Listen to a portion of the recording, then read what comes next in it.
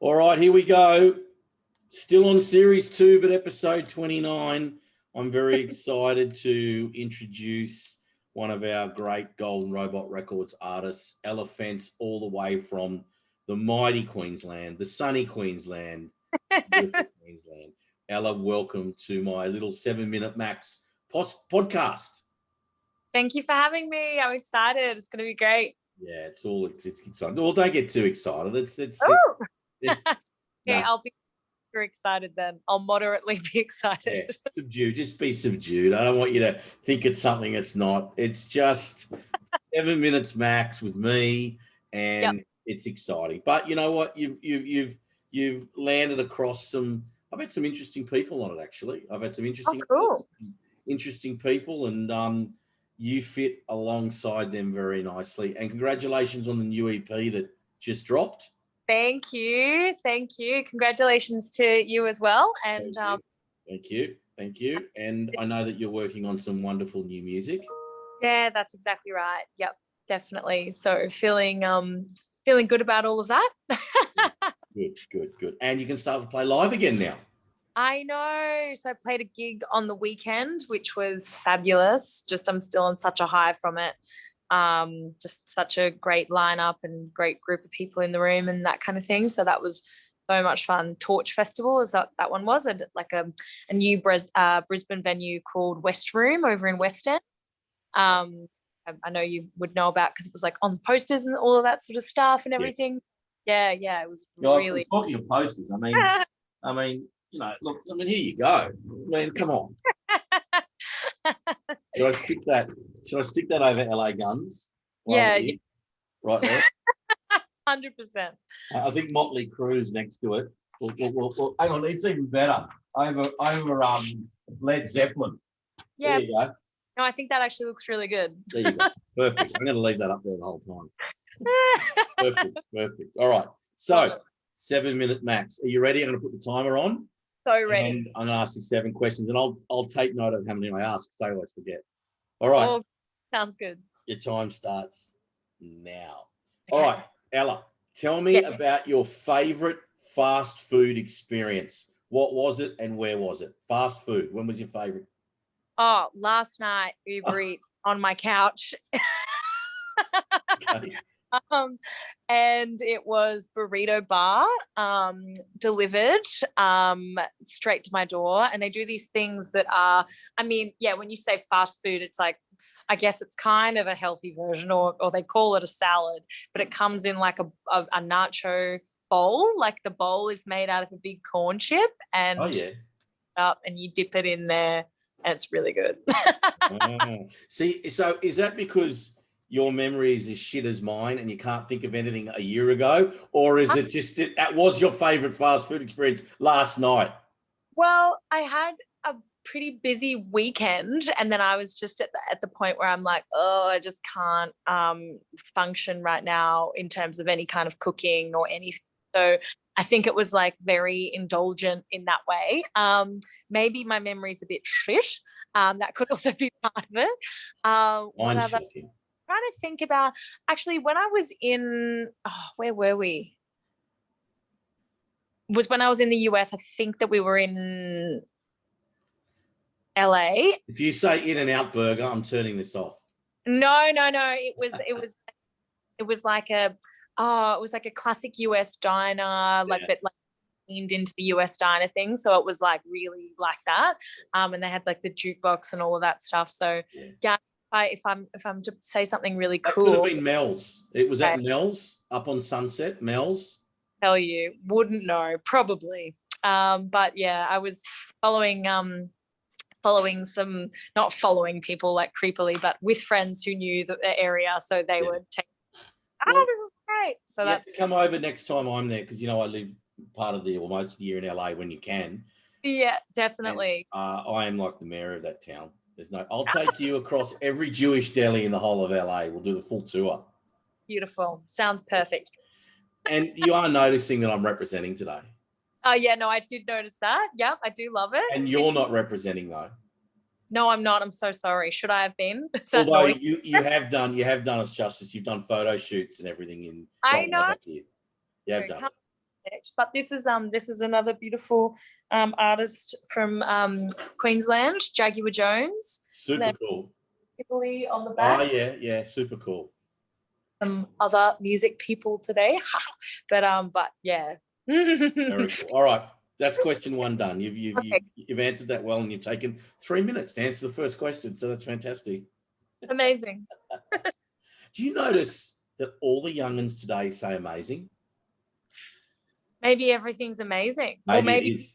Amazing, and the word is overused. Everyone around me says amazing, but it all seems to be young folk. Maybe I'm just too old these days. I don't know. I don't know what's going on. Anyway, got no mind. I'm too old. Anyway. All right. Okay, here we go.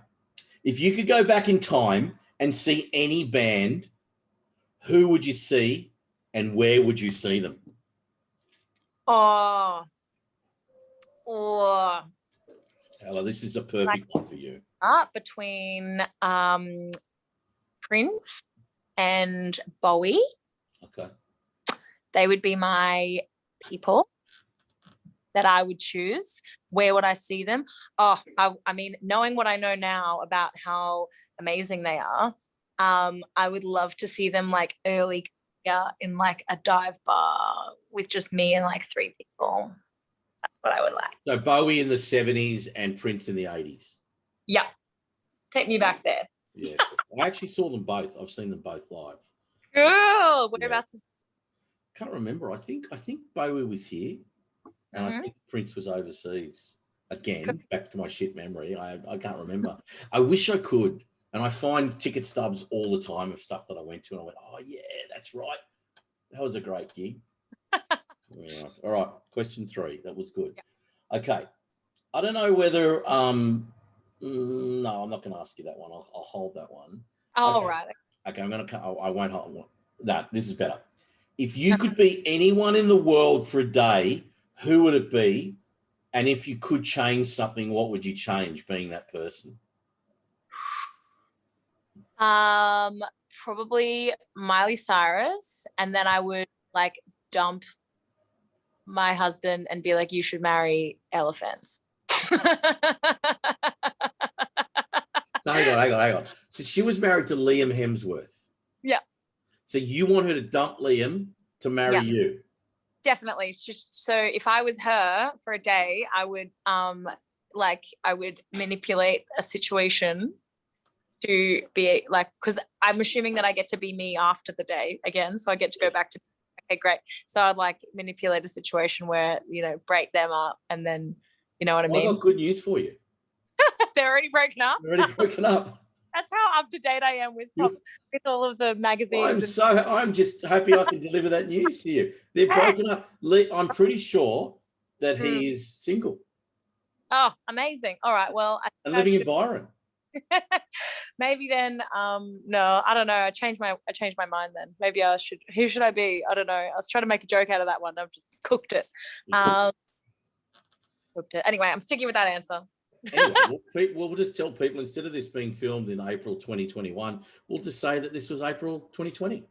Yeah, beautiful. We can go with that. We're going back in time. We're going back. Okay. I just like the fact you haven't picked some political figure or, the Dalai Lama or, you picked Miley Cyrus. It's so obvious, of course. That's like all the things that, like, if I really wanted to talk about big issues, that I would choose something like that.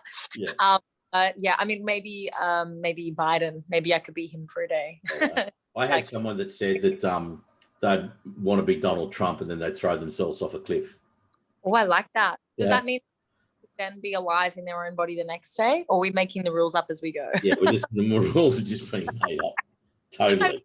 Fantasy. No, actually, that's a way better answer. Ugh, damn. Okay, I still stick with it. That's all right. You snuck it in there anyway. All right. Question 4. I think it's either 4 or 5. I don't know. We'll go with 4. All right. And you're doing well. You're on 7 minutes now. All right. Amazing. Okay. For massive success, you had to stop being a solo artist, but you had to join either ABBA, Nickelback, or the Bee Gees. Who would you join? ABBA, for sure. ABBA. Okay. So I mean, the outfits, the dancing. I mean, I'm sure they all wear outfits. No one's performing naked. But yeah, I don't know, all the matching outfits. And then I feel like because they're already paired off, then, you know, like having a new face, I get all the attention anyway. It'd be great. okay. So I just want to mention a couple of things too, because I know that you're not up with the times, clearly, because all you're doing is writing music and concentrating. ABBA, Yes, I please don't fill think me. I don't think they're together anymore, the two couples. You said they're together. I actually don't think that they are. I No, think I don't like together, but you know, everybody knows who they are, and it's like, you know, nice to just like be. Yeah, but you're right. I am not up to date with who is dating who. Couldn't even tell you who I'm dating at the moment. well, we know it's not Liam Hemsworth, Yeah. Fair enough. unfortunately. Sad. Unfortunately for him.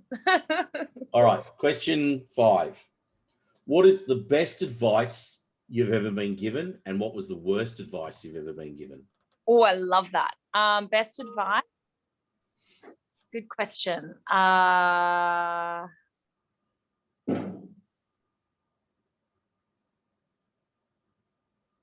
Best advice and worst advice. I'm gonna totally mash it up because it was like, this is like got me thinking. I feel like I'm gonna really exceed this 7 minutes mark. Not that we already It's all haven't done. It's all right. Everyone oh. can just keep starting looking at the poster on the wall. Totally. Nice. I'm like trying to think about it in terms of music, but I'm also there's like one Anything. But then I'm also thinking about like,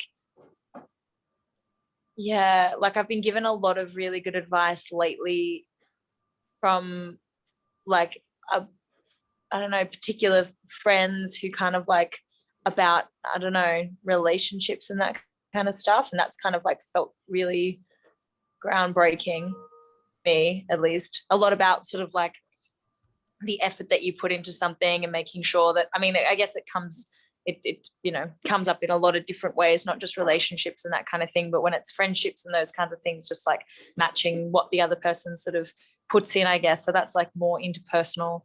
I guess in terms of music, I had a meeting once with Isabella Manfredi, and she said to me, the preachers, pardon?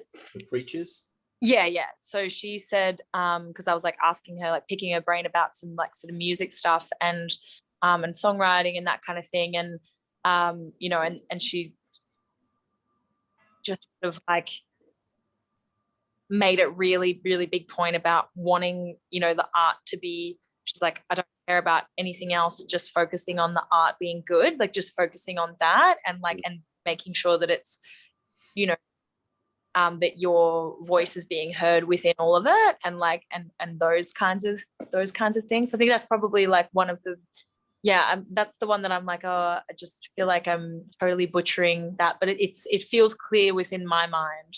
It resonated the best with you out of a few things that's been said. Yeah, definitely. And it was kind of like not even really given it as advice. It was more as an answer to a question that I had asked about, you know, about being in the studio and involvement and songwriting and all of that kind of stuff. And, you know, all the other, I guess, bells and whistles, but that can be kind of like noisy. So all the other noise that's around sort of, you know, songwriting and making a record and that kind of thing and all of that stuff. And she's like, I just want, you know, the art, focusing on the art being good, whatever that means to you, because it's such an art word, but like focusing on that. Worst advice. Worst advice. The worst advice you've ever been given. Could be fashion. Yeah. Could be a haircut.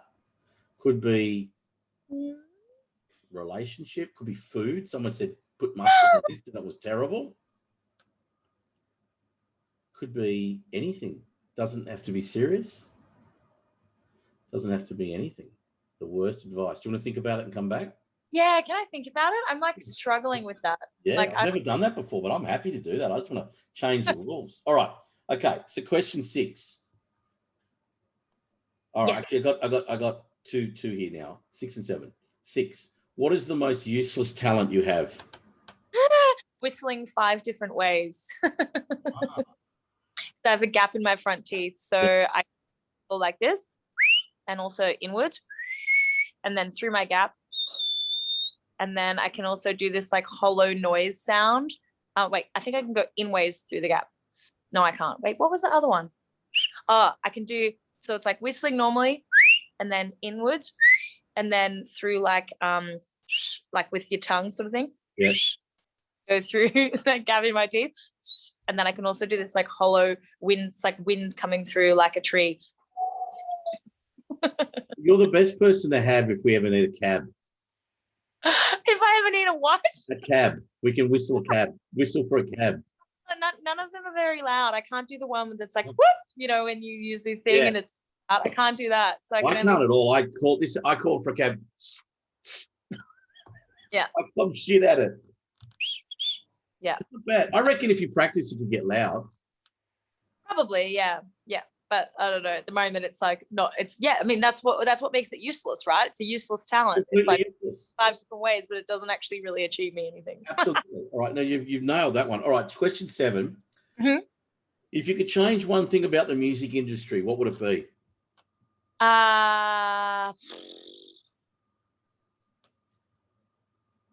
You don't have to change anything.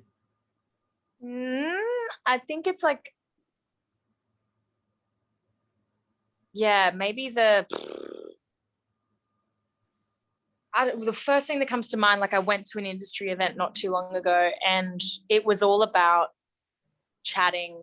People, we were all in the room just chatting and it was like a networking thing.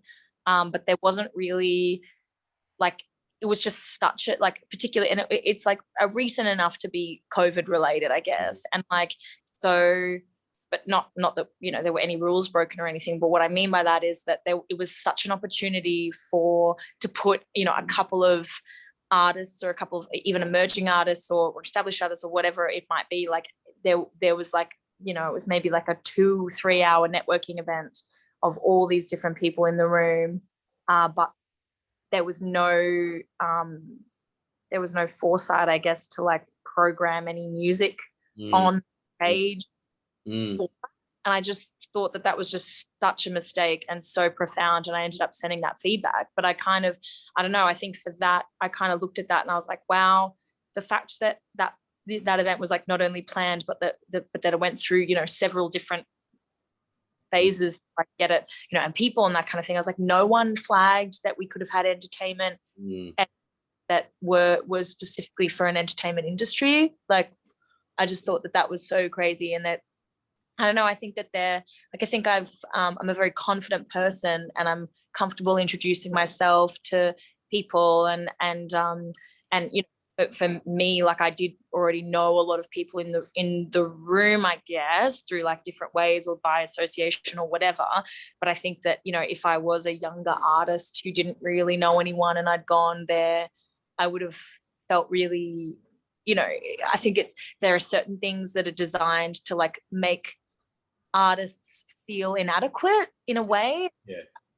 There could really be more of a focus on inclusivity that actually really is tangible. So it's like, okay, this is the thing that we're doing to make sure that you don't feel out of place here, because it's like, what's the point? I don't know. I just feel like some things are designed to highlight a certain hierarchical system. And I was there and I was kind of like, because I knew, people, and I was meeting different younger artists at this event and being introduced to people and different venues and lots of different things. And then I kind of, I don't know, I felt that I and because it was, at a venue that I'm quite comfortable in and that kind of thing. So I'm like, I felt that I was sort of in a position where I could sort of observe, and I just felt that I was like observing that from not from the outside, but just, I guess I was kind of like, oh, wow, this is really not designed. And I guess that kind of like leans towards the big sound model or whatever it might be. It's like, I just think that there are so many, I think that's a mistake just in terms of, wasted opportunities. And also like, why are we here? Yeah. What are we here for? Yeah. Like, here to chat about ourselves, or are we here? Why are we here? And I just, I think that would be something that I find very frustrating, because it's like, unless you're in, then you're not in, and then you're a bit in, and then it's just, I think all of that noise is something that kind of like comes with as part of the package. And I guess be there within most industries, but I also just kind of think, well, that is such a waste of my time and waste of so many people's time. Like, I'd rather just write songs and focus on that. And then like, why is this happening? I don't know. Just, it feels like a waste of time. No, fair. You've answered that. And I think you've taken this to the longest 7-minute max I've ever done, which I love. Proud of myself for that. And have you come back to your worst advice, or you're passing on that one? Oh, worst advice. I think you're passing. Probably my own advice to myself to like, no, that doesn't count, does it? I think I give myself bad advice all the time, depending on the moment, depending on what I want in the moment. I'm like, yeah, no, that's a really good idea. You should definitely eat the donut. And then Is that little devil on the shoulder advice? Yeah. I definitely have a split personality when it comes to that. There's like rational, like I've got all the answers, and then it's like impulsive me that's like, just do this, see what happens. I like that. Eat the donut. Yeah, and you can replace the donut with anything else indulgent in life. All right, I've got a bonus question for you. Love it. Let's do it. Bonus question. You're in LA, you're walking down the street, nobody's around, it's 2 a.m, and you see down an alley a bag. You walk down, you look at it, there's $1 million in there in US currency. No one's around. 1 million in a bag. What do you do with it?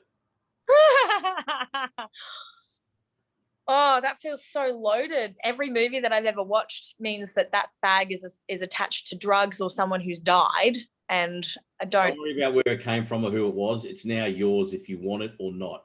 What do you do?